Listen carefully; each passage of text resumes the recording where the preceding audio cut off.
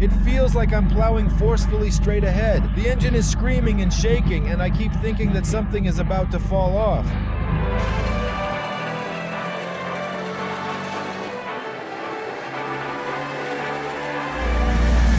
It crawls up the hill with great difficulty. I can't get the hang of shifting gears. Sometimes I shift into a lower gear, sometimes into a higher one. And the engine in the back starts to heat up. And the smell of exhaust fumes in the cabin gets stronger and stronger.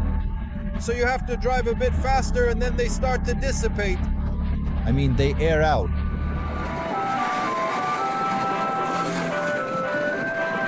Honestly, I really want to treat the car gently, but I just don't understand how to do it. I'm just scared. The vibrations are hellish. And I truly thank God that I am right here all alone in this quiet cabin, sitting behind the wheel. Because if someone else were actually here with me, well, they would just be completely unnecessary.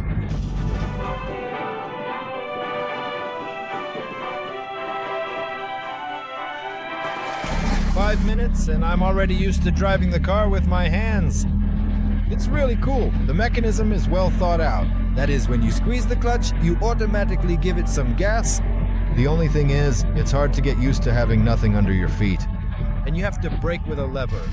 Well, with this kind of lever. Oh Lord.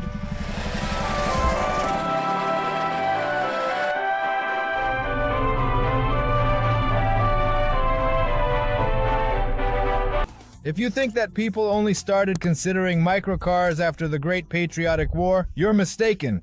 Originally, they planned to produce them much earlier, and for everyone. Not just for people with disabilities.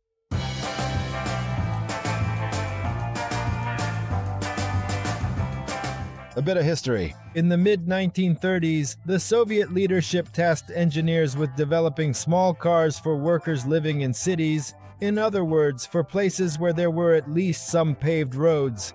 The requirements were simple: a weight of about half a ton and up to 20 horsepower. They developed it but couldn't find the money, and then the Great Patriotic War began.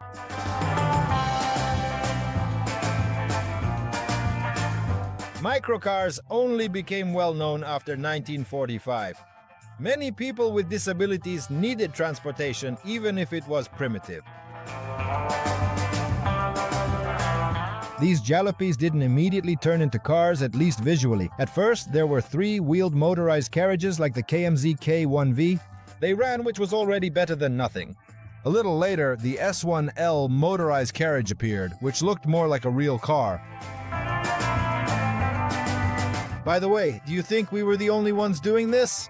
All of Europe was producing such vehicles in large quantities. Remember the Zapatilo, Biscuiter, Bond?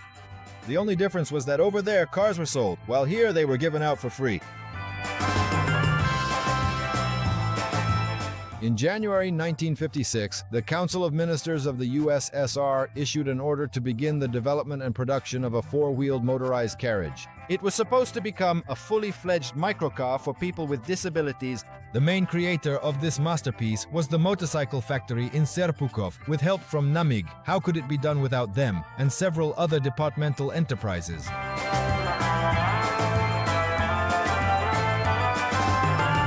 The development took almost 2 years, so the birthday of the SZA, just kidding, the S3A can be considered 1958. And no matter what they did, no matter how hard the engineers tried, in essence, it was a modernized three-wheeled Cyclops.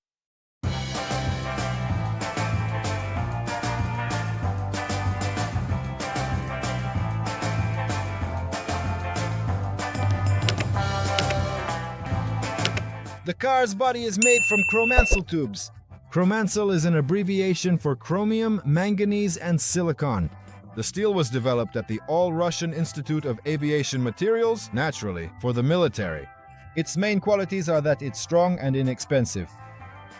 On top of that, the frame is covered with stamped iron panels. There's no talk here about gaps or the quality of the fit. The main thing is that it's cheap. But in my opinion, this isn't quite the right approach, since the car ended up weighing almost half a ton.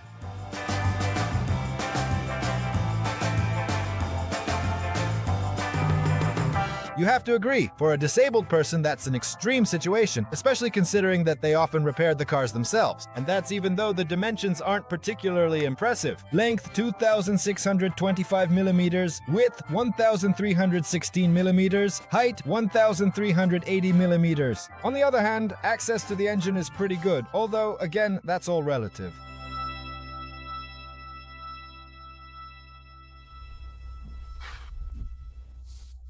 One cylinder, two-stroke, air-cooled. In the rear. That's why there are gills on the sides, slits at the back, openings underneath, and no dust cover. At least this way the IZH56 engine tried to survive.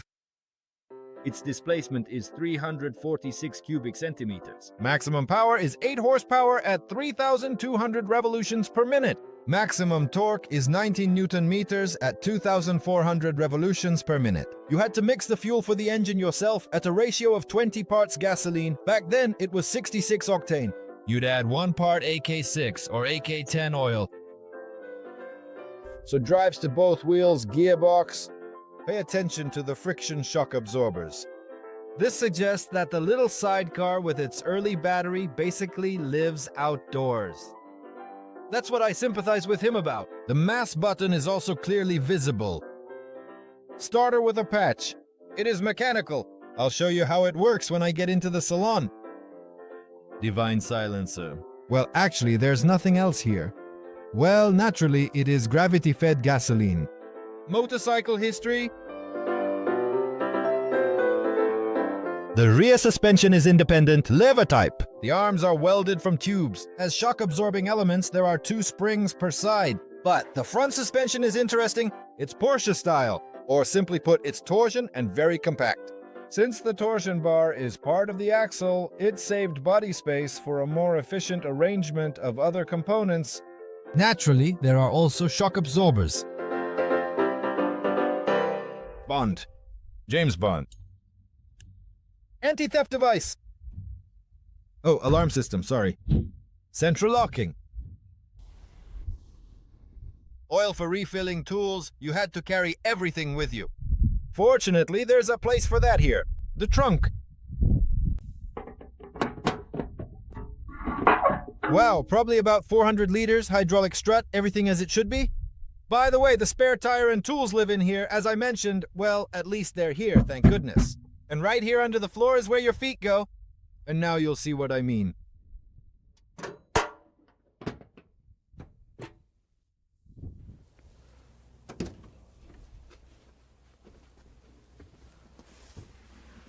That's what I was talking about. So basically, for me, a healthy, a tall person, it's comfortable to sit here. But it's not exactly cramped either. In the back, by the way, there's a pointless little shelf. Oh, and as for luxury features, sliding windows. Just one wiper. The roof! And believe me, a folding roof is a luxury feature. Glove compartment. As for the instruments, there's a speedometer. The speedometer is marked up to 100 kilometers per hour, and there is also an ammeter among the controls. This lever here is the brake, literally, the brake you use to stop the vehicle, a real brake. Then there is the handbrake for drifting, the gear shift lever, and then another lever that you can use to start the car. Basically, it is a Kickstarter in Russian. That is exactly what it is called. And here is the decompressor, the choke lever on the steering wheel. This is the gas pedal, this is the clutch, but most importantly, this car actually has a functional starter as well.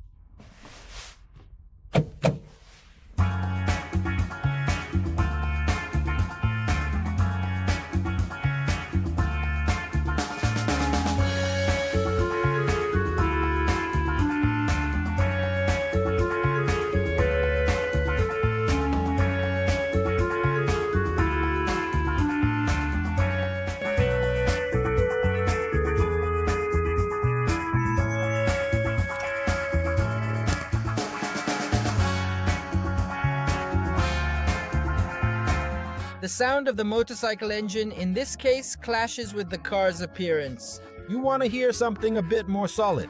There's no need to mention that it smokes. Everyone can see that for themselves. It's got a steering rack installed, so it's actually remarkably easy to handle this little car. And in turns, it's also also very stable, thanks to the difference in track widths. God, please let me be born again.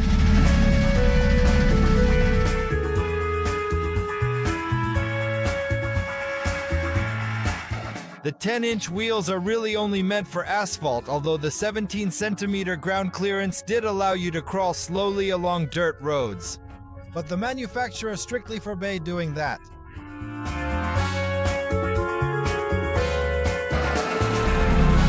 It might come as a surprise to you, but the manufacturer explicitly advised against climbing very steep hills, driving on sand, and pay close attention here, driving as slowly as possible, to avoid the premature wear and tear of the parts.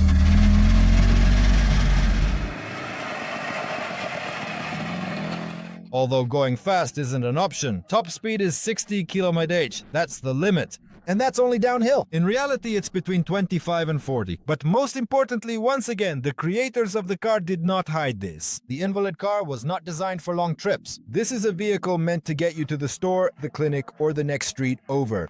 But our grandfathers still took it out of town, went fishing, or to their dachas. Many would say, that's not much. Care for veterans?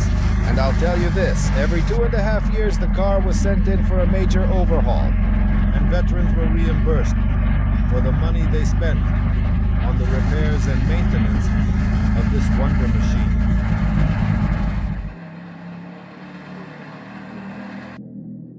New models didn't come as often as people liked, but some improvements were still made to the design. Production of the SMZ S3A began in 1958 and lasted until 1970. In total, 203,291 Morgunovkas were produced, since this was not a mass-market car.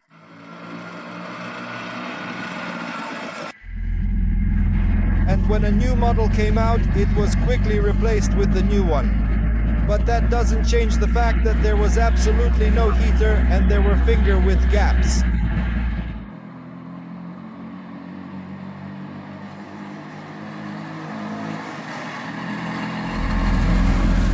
It has a 4-speed gearbox just like in the Modnik. First gear is towards you, then away. Everything feels so flimsy, and I really feel like I'm going to break something, damn it. But it goes. Well, it goes because it's small and scary.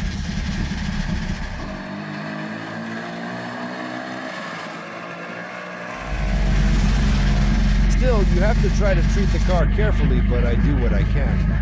I hope the guys from Driver Plus who provided me with this car. Remember the 47th? That was theirs too. They'll understand and forgive me. You also have to constantly take care of the invalid car, otherwise it could just fall apart from the vibrations. You had to tighten all the fastenings and little nuts. Constantly check that the control linkages were working properly. That means tightening the cables. Then of course greasing and lubricating everything. And the invalid car had more than 50 lubrication points. You can express any opinion you might have, but it doesn't change the fact that the state provided comprehensive support for the veterans. Well, we continue to move forward as best we can. Hunting.